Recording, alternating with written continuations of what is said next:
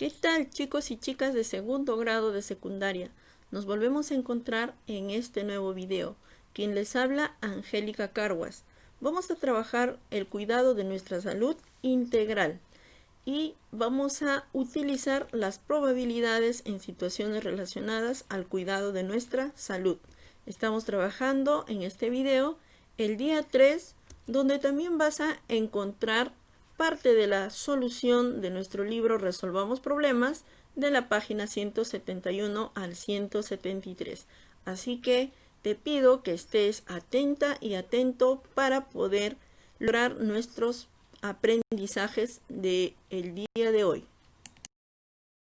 El propósito de esta semana 29 es determinar el espacio muestral de una situación, calcular la probabilidad mediante la regla de Laplace y a partir de este valor identificar si un suceso es seguro, probable o imposible.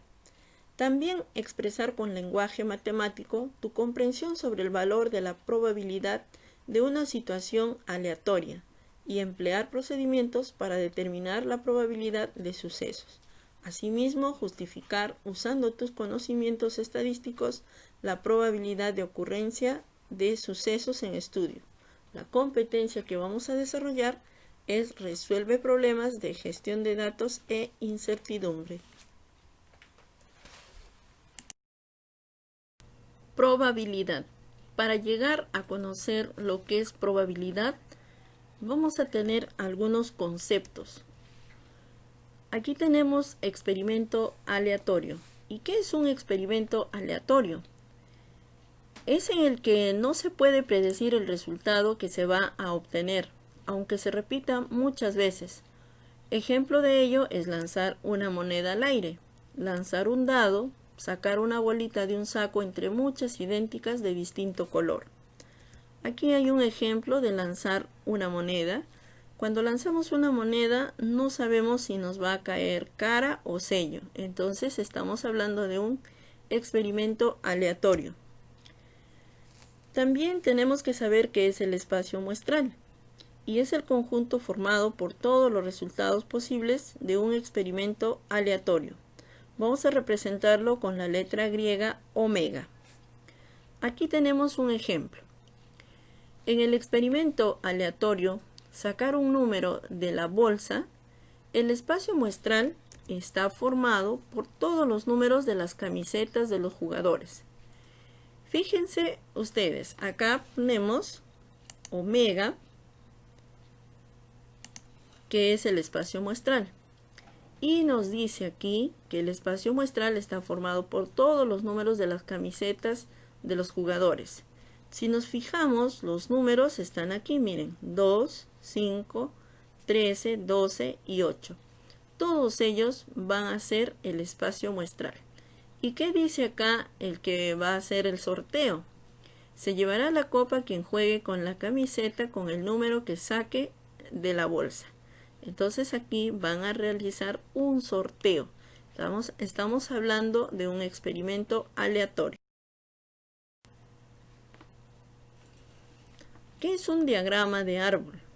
Un diagrama de árbol es una herramienta de apoyo para visualizar espacios muestrales y calcular probabilidades que consisten en dibujar una rama para cada una de las posibilidades de un experimento aleatorio. Ejemplo, aquí tenemos la moneda y como les decía, en la moneda puede salirnos cara o puede salirnos sello. Por lo tanto, el espacio muestral aquí es cara y sello. ¿Y qué pasaría cuando lanzamos dos monedas? ¿Cuál sería el espacio muestral? Utilizando el diagrama del árbol, fíjese acá, tenemos la primera moneda, la segunda moneda y empezamos a lanzar.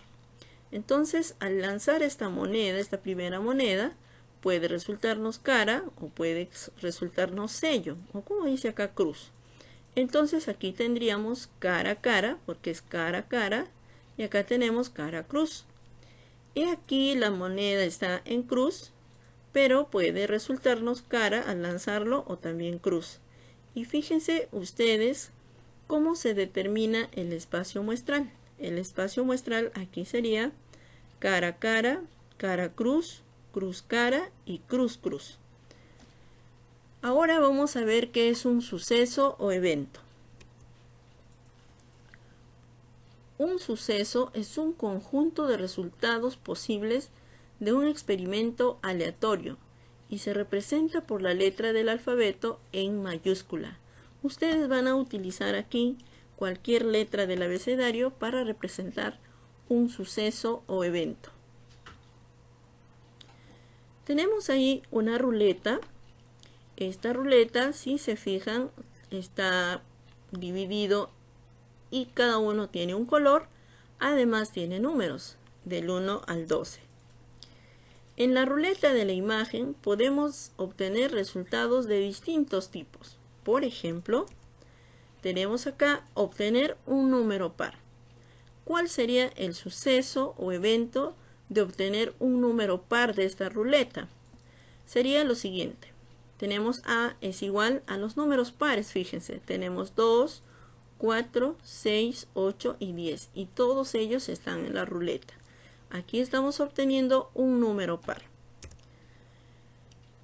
La letra mayúscula es la representación del suceso y los números pares son todo el conjunto de los posibles resultados pares que están en la ruleta. Obtener un múltiplo de 4 de esta ruleta. ¿Qué números son múltiplos de 4? Tenemos a 4, 8 y 12. Entonces aquí tenemos que nuestro suceso o evento es 4, 8 y 12. Otro ejemplo, obtener un número mayor que 7. ¿Cuáles son los números mayores que 7 en esta ruleta? Tenemos a los números 8, 9, 10, 11 y 12. Entonces aquí también estamos determinando el suceso o evento que puede ocurrir en esta ruleta. Y ustedes pueden ir colocando otros ejemplos aparte de los que está aquí. Continuamos. Casos especiales de los sucesos o eventos. Existe suceso seguro. Es el que siempre se produce, es decir, ocurrirá con seguridad absoluta. Coincide con el espacio muestral. Luego tenemos el suceso imposible. Es el que nunca se puede obtener. Es un conjunto vacío y se designa por este símbolo que también representa al vacío. Vamos a ver un ejemplo. La siguiente tómbola tiene bolitas numeradas del 1 al 25. Ustedes pueden observar acá están las bolitas y cada una están numeradas, como las bolitas que se juega la tinca, ¿no? Miren, A dice, sacar una bolita con un número menor que 26 es un suceso seguro. ¿Por qué es un suceso seguro? Porque nos dice que esta tómbola tiene números del 1 al 25. O sea, puede ocurrir sí o sí. Hay probabilidades de que ocurra eso. B, sacar una bolita con el número 30. Si tenemos en esta tómbola números del 1 al 25, ¿será posible sacar una bolita con el número 30? No. Por lo tanto, es un suceso imposible. Entonces pueden ver ustedes acá los dos ejemplos de cuándo es un suceso seguro y cuándo un suceso imposible. Ahora sí llegamos a probabilidades. En realidad es imposible conocer previamente el resultado de un experimento aleatorio y esto nos va a generar incertidumbre. Como les decía en el caso de la moneda, que es un ejemplo muy simple, el lanzar una moneda nos genera una incertidumbre de si va a salir cara o va a salir sello. Otro ejemplo también sería el lanzar el dado. No sabemos qué número nos va a resultar y esto en realidad nos genera incertidumbre. Ahora, para cuantificar la incertidumbre o certidumbre que se tiene sobre la ocurrencia del suceso, utilizamos las probabilidades. Cuando en un experimento aleatorio todos los resultados tienen la misma posibilidad de ocurrir, o sea, son los resultados equiprobables, La probabilidad de un suceso A puede calcularse como el cociente entre el número de casos favorables y el número de casos posibles. A esto se le conoce como la regla de Laplace. Pueden ver ustedes acá lo que está escrito aquí, ¿no? Dice la probabilidad de un suceso A es el cociente del número de casos favorables sobre el número de casos posibles. Entonces, como ya tenemos las herramientas necesarias, vamos a avanzar los problemas que nos están proponiendo en Aprendo en Casa. Entonces, para resolver los problemas que nos están proponiendo, vamos a ver un ejemplo más. Leamos el problema. Para decidir qué programa de TV verá una familia, diseñan 3 ruletas como se muestra en la figura. Aquí están las 3 ruletas. Cada integrante juega con su ruleta. El que obtiene rojo decidirá. ¿Quién tiene más probabilidad de decidir qué programa de TV verá la familia? Bien, este es el problema. Fíjense, aquí está el papá, la mamá y el hijo. Y cada uno de ellos tiene su propia ruleta. Pueden fijarse, el de la mamá, por ejemplo, está dividido en 3 partes, 2 verdes, 1 rojo. El del papá también está dividido en 6 partes, tiene 5 verdes y 1 rojo. Y del hijo está dividido en 8 partes y tiene una parte roja. Y el papá dice, ¿no? El que obtenga rojo decide el programa de TV que veremos hoy. A ver, veamos cómo vamos a resolverlo con probabilidades. Ruleta de la madre. Habíamos dicho que la ruleta de la madre tiene 3 divisiones. Esos son los casos totales, los espacios en total. ¿Cuántos espacios tiene? Tiene 3. Entonces, eso, nuevamente le repito, son los casos totales. ¿Cuál es el caso favorable? El caso favorable es 1. ¿Por qué 1? Porque solamente tenemos un color rojo de los 3 espacios que está dividido la ruleta. Entonces, la probabilidad de obtener rojo es 1 de 3. Y aquí tenemos la fracción 1/3. Ahora veamos de la ruleta del padre. Como observamos en la figura, la ruleta del padre está dividido en 6 espacios. Esos casos totales son 6. A ese 6 le vamos a llamar casos totales. ¿Y cuántos rojos hay? Solamente hay 1. Por lo tanto, ese 1 es el caso favorable. Es un espacio rojo. Entonces, la probabilidad de obtener el color rojo es 1/6. Yo creo que ya teniendo estos 2 ejemplos, podrían ustedes tener ya la idea de cuánto es la probabilidad de la ruleta del hijo. Bien, comprobemos lo que están pensando. La ruleta del hijo. ¿En cuántos espacios está dividido la ruleta del hijo? Está dividido en 8 espacios. Por lo tanto, ese 8 son los espacios en total, son los casos totales. ¿Cuánto de ellos tiene color rojo? De la misma manera tiene 1. Por lo tanto, eso va a ser el caso favorable. Y decimos que la probabilidad de obtener rojo de la ruleta del hijo es 1/8.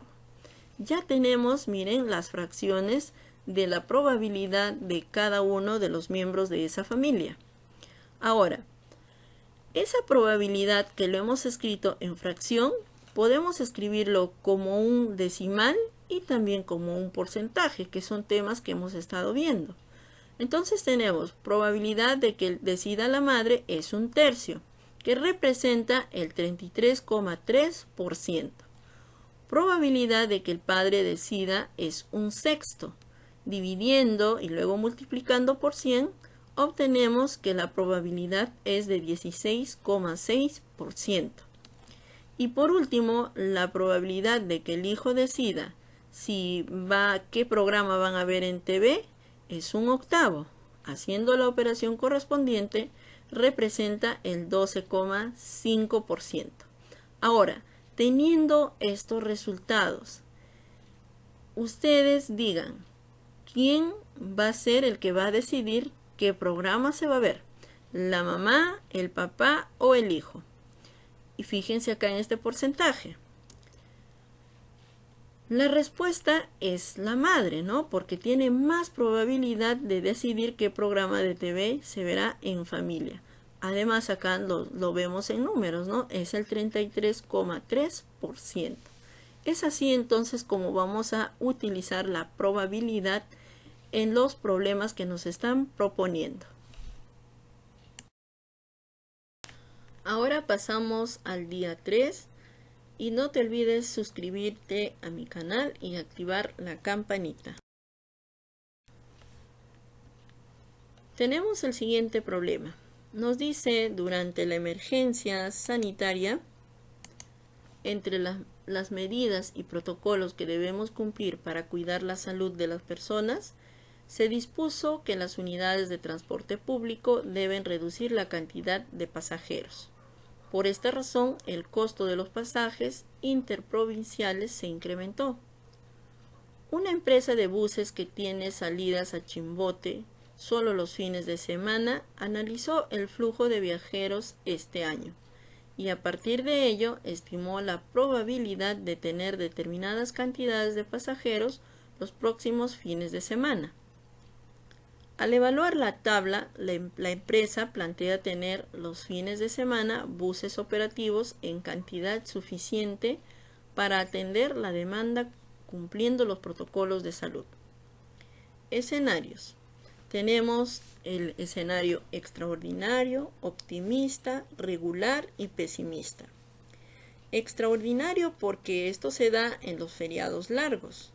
Optimista porque los viajes pueden ser en verano, fines de mes o vacaciones. El escenario es regular cuando es tiempo de trabajo, las personas no pueden viajar mucho.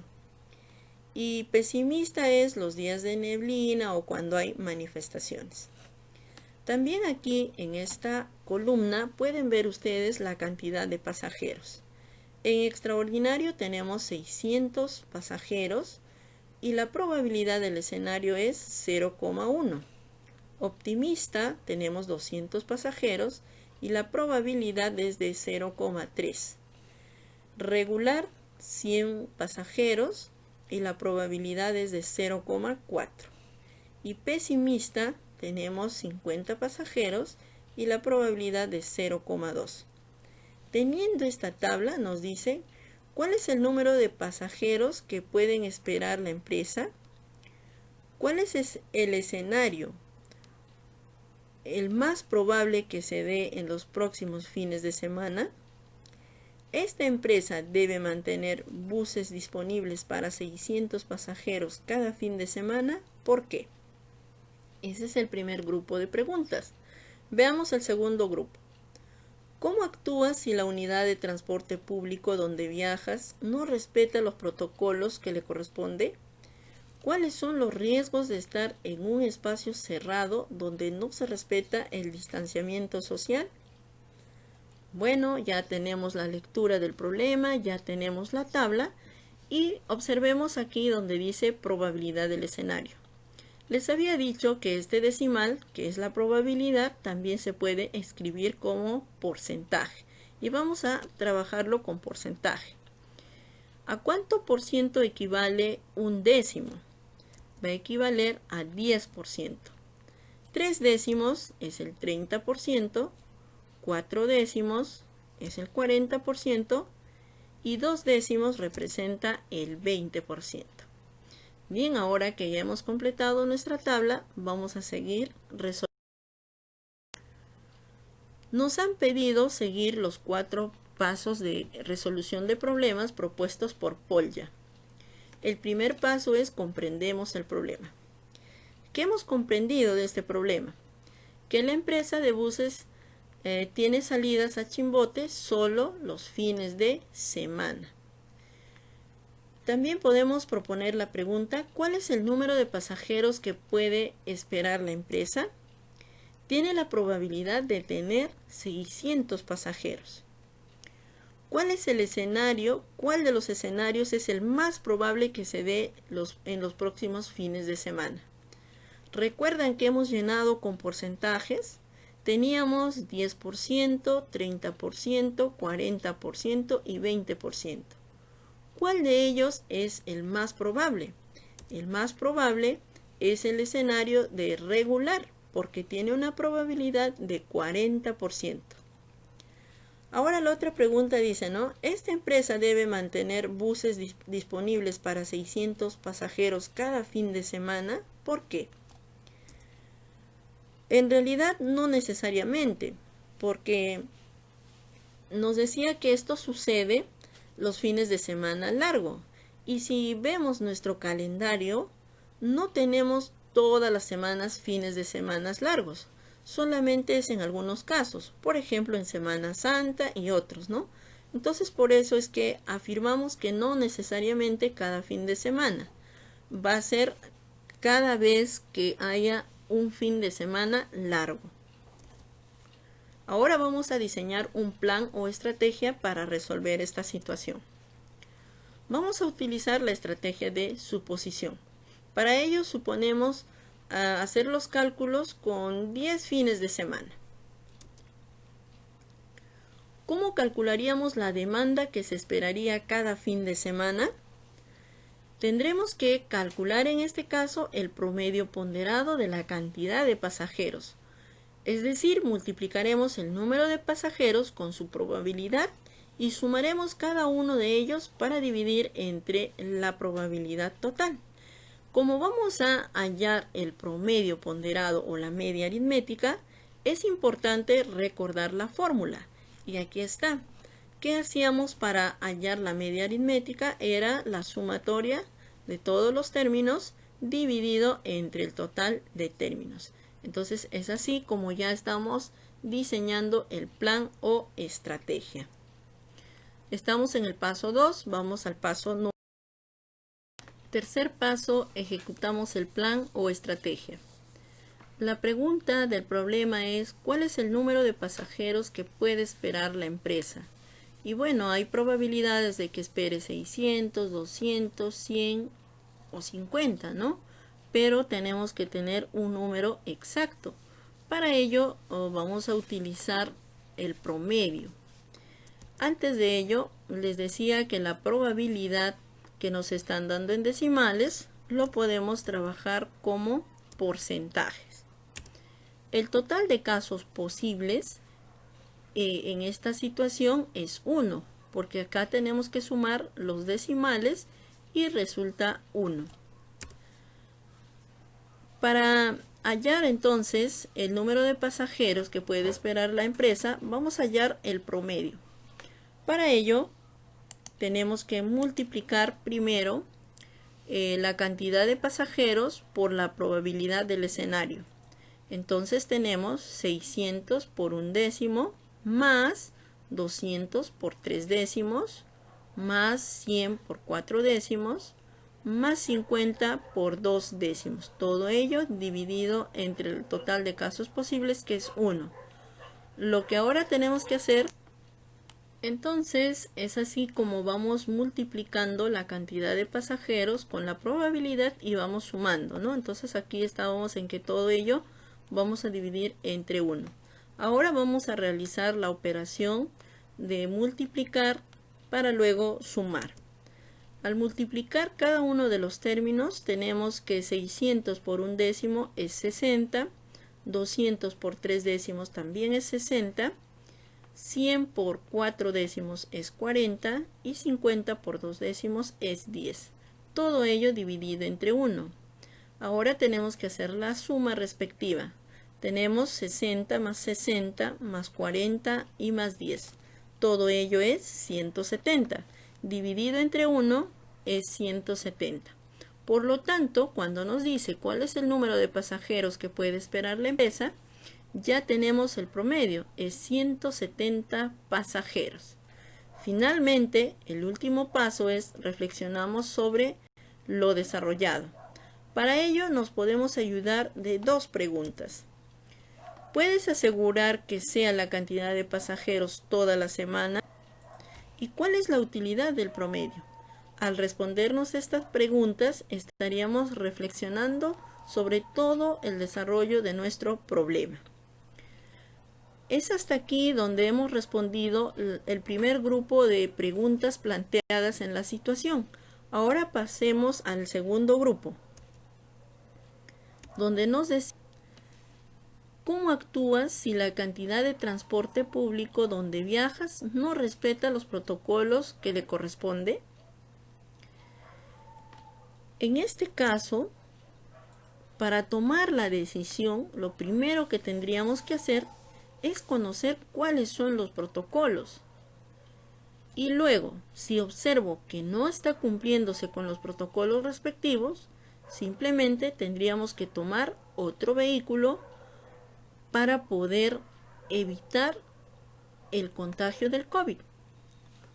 La segunda pregunta nos dice: ¿cuáles son los riesgos de estar en un espacio cerrado donde no se respeta el distanciamiento social? Sabemos que el distanciamiento social es una recomendación del Ministerio de Salud. Sabemos que por ello podemos evitar el contagio. Por lo tanto, si el distanciamiento social es una de las medidas de prevención cotidianas que se debe tomar en conjunto para reducir la propagación del COVID, el riesgo de no respetar ese distanciamiento social sería el contagio. Entonces aquí ya hemos respondido las dos últimas preguntas de la situación. Y aprovecho en compartirles cómo usar el transporte público en cuarentena. Sabemos que es indispensable trasladarnos de un lugar a otro, ¿no?